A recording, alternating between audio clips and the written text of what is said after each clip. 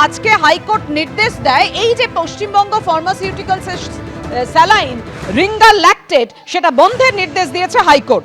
সব হাসপাতালে যারা এই ওষুধ ব্যবহার করে ক্ষতিগ্রস্ত তাদের পরিবারকে ক্ষতিপূরণ দিতে হবে রাজ্যকে।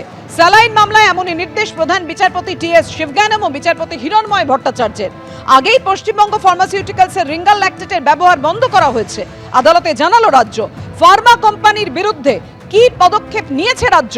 প্রশ্ন আদালতের। মামলাকারী মিথ্যে তথ্য দিয়েছেন। সরকারি ল্যাবে পরীক্ষা হয়েছে।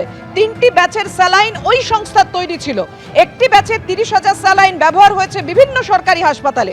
সরকারি ল্যাবে পরীক্ষা হয়েছে, মুম্বাই ল্যাবেও পরীক্ষা হয়েছে। ওই সংস্থা দেশের সব রাজ্যেই স্যালাইন সরবরাহ করে, এমনই যুক্তি দিয়েছে রাজ্য। রাজ্য কি ফার্মা কোম্পানিকে নোটিশ দিয়েছে? প্রশ্ন করেন প্রধান বিচারপতি।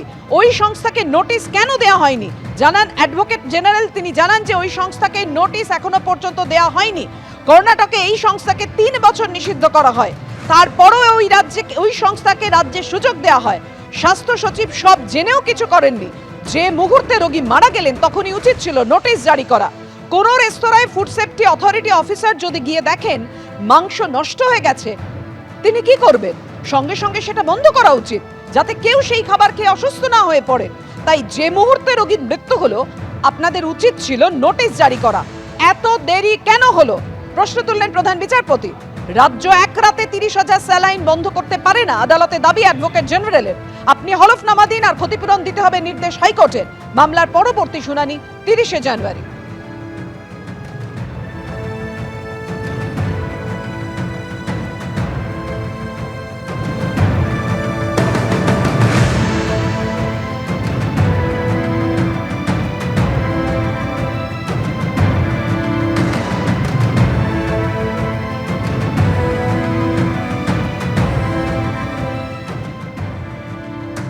স্যালাইন কাণ্ডে ক্ষতিগ্রস্তদের ক্ষতিপূরণ দিতে হবে এবং রাজ্যকে সেটা জানাতে হবে। ঠিক কি বলেছেন মামলাকারীর আইনজীবী কৌস্তব বাগচি? রাখবো আপনাদের সামনে।